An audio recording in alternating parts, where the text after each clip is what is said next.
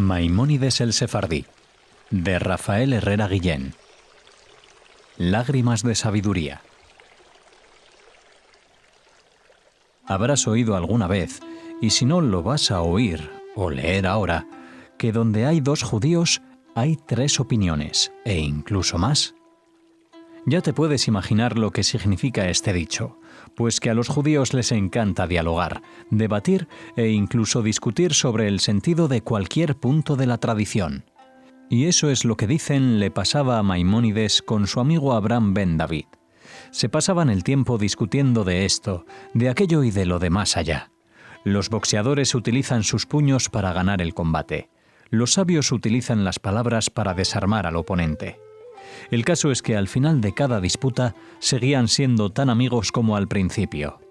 Los hombres ilustrados discuten para aprender y llegar a la verdad junto a su oponente, no para hacerle daño.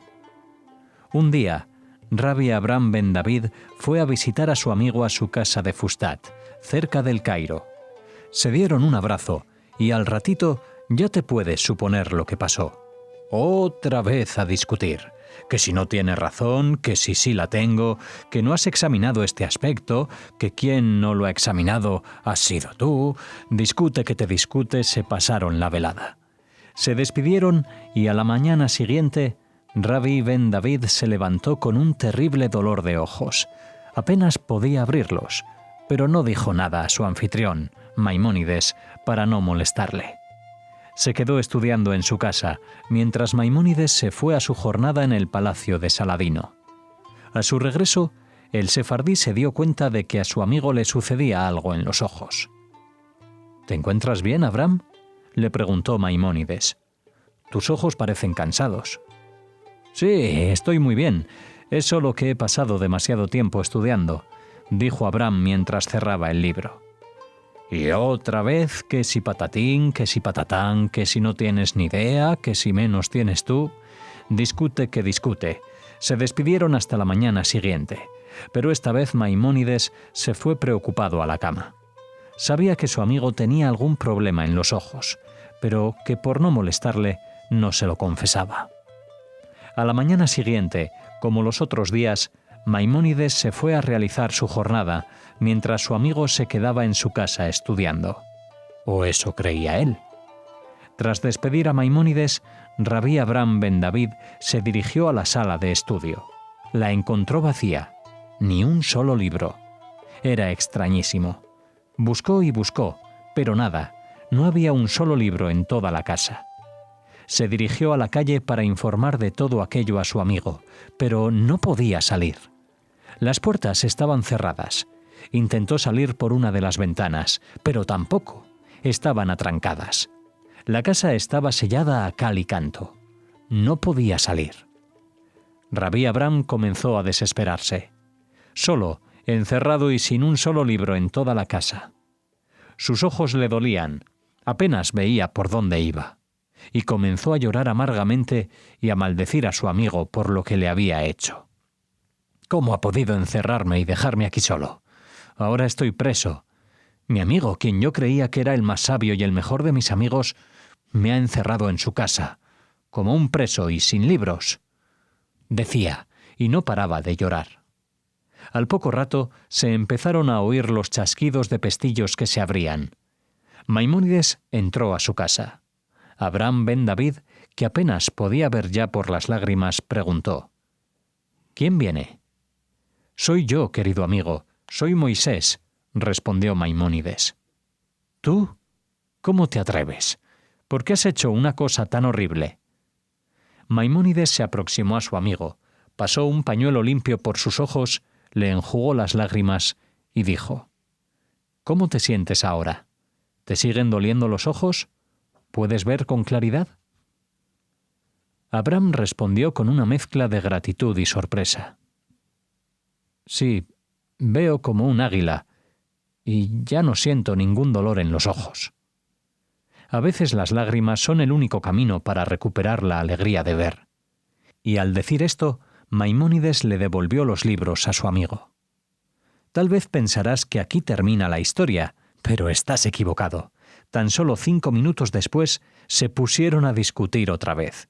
que si las lágrimas esto, que si las lágrimas lo otro, que una cosa es ver y otra es mirar, que si un ciego que estudia Torá ve mucho más que una persona de gran visión que no la estudia, y la discusión continúa hasta hoy mismo, porque tú, sí, tú que estás escuchando esto, formas parte de la gran cadena de la discusión sobre el sentido profundo de las cosas.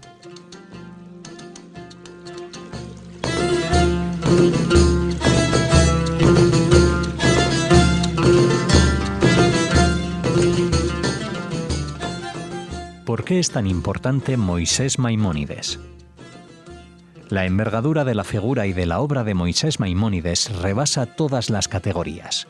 Fue un sabio en toda la extensión del término, pues sobresalió en todas las facetas de que se ocupó. Como estudioso de la Torá, desarrolló una de las obras más prodigiosas de la tradición judía, el Mishné Torá. Como filósofo escribió uno de los libros más importantes y misteriosos de todos los tiempos, Guía de Perplejos, y como médico fue celebrado en su época como el más eminente. A estas facetas hay que sumar su labor de liderazgo comunitario, que hacían de él una figura de prestigio intelectual indiscutible y de relieve moral intachable. En cuanto a su faceta como estudioso de la ley, la crítica ha señalado el carácter formidable de su Mishné Torá. Una obra así hoy solo podría ser llevada a cabo por un equipo de expertos a lo largo de años y a tiempo completo. Él lo hizo solo, en los breves ratos libres que le dejaba su ocupación de médico de corte y de líder comunitario. En más de una ocasión escribió que es digno de admiración el hombre que le roba tiempo al sueño hasta caer rendido sobre el libro. Sin duda, podemos ver en ello una descripción indirectamente autobiográfica. Mishné Torá fue un trabajo de 10 años, entre 1170 y 1180. Parece mucho desde cierto punto de vista, pero en realidad no es así. Si tenemos en cuenta que el Rambam, como el judaísmo le conoce, compiló y sistematizó toda la ley judía, halajá, y la intrincada red de comentarios del Talmud en su obra, comprendemos que 10 años a tiempo parcial es en realidad muy poco tiempo para un solo hombre. Se puede considerar que Maimónides redactó algo así como la Constitución del pueblo de Israel. Su obra cubre todos los aspectos de la ley y tiene especial cuidado en abordar las normas que deben regir el futuro regreso del pueblo judío a Israel. Incluso detalla el modo halágico de restablecer el reino y los poderes de representación. Un texto como Las leyes de los reyes y sus guerras constituye un manual de filosofía política inigualable. Este tipo de aportaciones de su obra ponen en tela de juicio la propia autopercepción de la modernidad. Si es verdad que la filosofía política moderna nace con Maquiavelo, tras leer a Maimónides, tenemos la segura certeza de que la modernidad se ha construido sobre el ocultamiento de un pasado grandioso que no ha sido superado. Maimónides nos libera del complejo moderno de superioridad para abrirnos justamente a algo de mucha mayor grandeza. Una filosofía política que se constituye en formas tradicionales y racionales de construir el orden que fueron rotas por la modernidad en la dinámica revolución-reacción. La otra gran obra de Maimónides es sin duda Guía de Perplejos, de 1190. Es un texto lleno de recodos, inasible en cierto modo. Tiene la virtud rara del eco. Al leerlo siempre sentimos que algo se nos escapa a cada paso. Se ha dicho en muchas ocasiones que Maimónides tuvo la virtud de introducir la filosofía griega, especialmente de Aristóteles, en el corazón del judaísmo. Esto es verdad, pero no es suficiente. Es muy difícil llegar a un acuerdo sobre qué nos quiso transmitir el Rambam en este texto cautivador y profundo. A mí desde luego me inspira, entre otras cosas, una teoría de donde la profecía está tan neutralizada que acercaría a Maimónides a una filosofía política anticarismática. Sin embargo, esto no agota las hipótesis de lectura de este libro maravilloso, ni mucho menos. Si tenemos en mente ambos hitos de su producción, creo que podemos ver que hay mucha verdad en la leyenda del hijo de la carnicera, que en este volumen aparece con el título de El nieto del carnicero.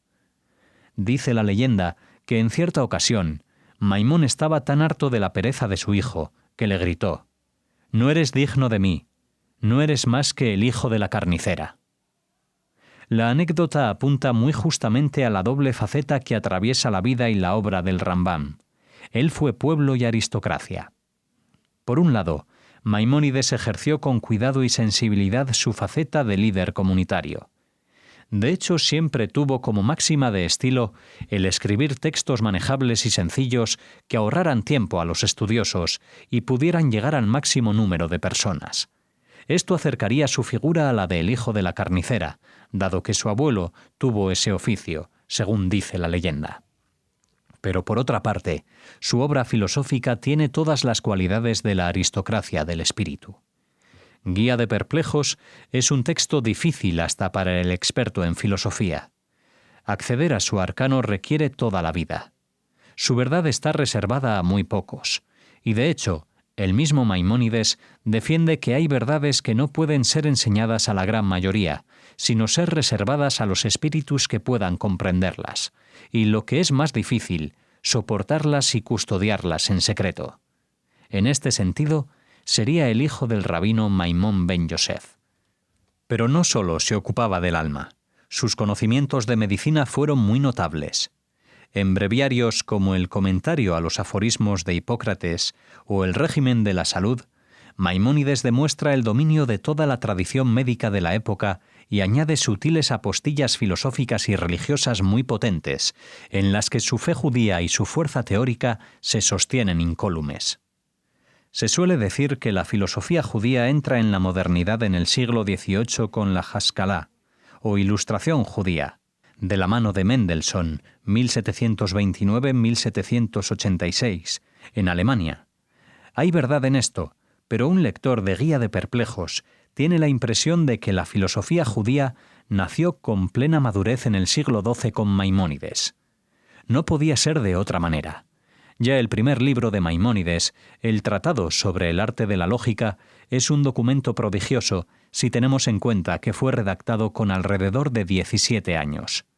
Aquel joven judío demuestra un conocimiento de la lógica y de la política, así como una capacidad de síntesis impresionantes.